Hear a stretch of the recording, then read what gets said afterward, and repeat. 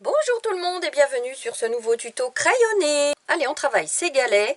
Tout simple, si vos formes de galets ne ressemblent pas à la photo, ce n'est pas grave du tout. Un ovale. D'ailleurs, moi, je vais même pas me poser la question. En bas, on a un petit support comme ça. Vous remarquerez sur la photo que le galet du dessus prend le dessus et que c'est que celui qui est entre qu'on ne voit qu'en partie. Moi, je vais quand même le faire un peu plus large sur la gauche. Oui, et puis un peu plus large sur la droite aussi. Alors, la lumière vient du dessus à gauche. Donc, on aura toutes nos ombres sur la droite et sur le bas. Néanmoins, on va commencer par travailler tous les petits trous qu'on voit. Par-ci, par-là.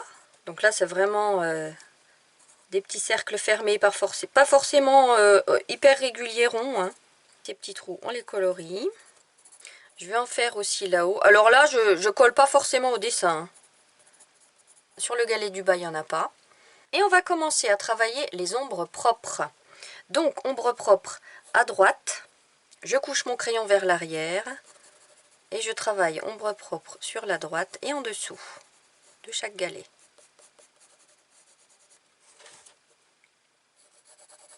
Et là, sur la pierre du bas, on remarque que, comme il a une belle partie plate, l'ombre, elle va jusque là. Donc ça, c'est pour les ombres propres. Maintenant, les ombres portées. On a une ombre portée de ce galet sur celui-là, qui a à peu près cette forme-là. Et là, comme ce galet est arrondi vers le bas, l'ombre, elle descend ici. Comme ça. Et on va avoir l'ombre portée de ce galet sur le gros ici, comme ça là. Et l'ombre portée de celui-là sur celui-là, comme ça là. Et il y a une petite ombre propre quand même de ce galet-là, ici. Là. Alors maintenant, moi j'aime jouer sur l'intensité des ombres. Donc je vais renforcer encore plus les ombres propres. Et comme je dis toujours dans les ateliers aquarelles, plus vous renforcez les ombres d'un côté, plus ça rehausse la lumière de l'autre. Et là, c'est comme ça que ça va être flagrant. Donc je vais renforcer aussi encore plus l'ombre portée de ce côté-là. Et puis j'ai envie de renforcer l'ombre propre, un petit chouïa au centre ici. Voilà. Donc comme ce galet-là, il est hyper lisse, on n'est pas obligé de lui donner une structure. Néanmoins, je trouve que ça fait quand même un peu vide. Avec les couleurs, je jouerai sur les tons. Mais bon, là, allez, je vais quand même donner des petits chichis comme ça. Et puis après, si on a envie, eh ben, ma foi, on peut rajouter d'autres galets derrière, autour, pour l'ensemble pour la composition, quoi. Avec ombre propre et ombre portée, pareil.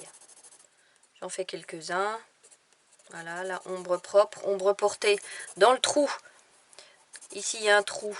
Je le fais encore plus sombre. Ici, plus sombre aussi. Là, je peux faire un plus petit galet. Donc là, je me suis complètement détachée de la photo. Hein. Je ne regarde plus. Donc, petite structure, ombre propre. Là, il y a un trou bien foncé. Là, pareil, l'ombre portée ici de ce galet-là sur celui-ci, sur celui-ci peut se prolonger sur celui-là, comme ça, par exemple. Donc après, vous jouez. Hein. Là. Et l'ombre propre ici. Voilà. Donc je vais le renforcer un peu. Ici également. Etc. etc. Voilà. Puis là c'est pareil. Ombre propre. Voilà les amis, maintenant le défi c'est de refaire le même dessin à l'encre indélébile et d'appliquer les couleurs à l'aquarelle en jouant cette fois avec les blancs. Alors dans les blancs, il peut y avoir plein de variantes. On peut rajouter du beige, on peut rajouter des tons bleus, on peut rajouter des tons violets. Donc faites votre petite popote, j'ai hâte de voir ça sur notre groupe Facebook. N'hésitez pas à poster vos résultats. À bientôt!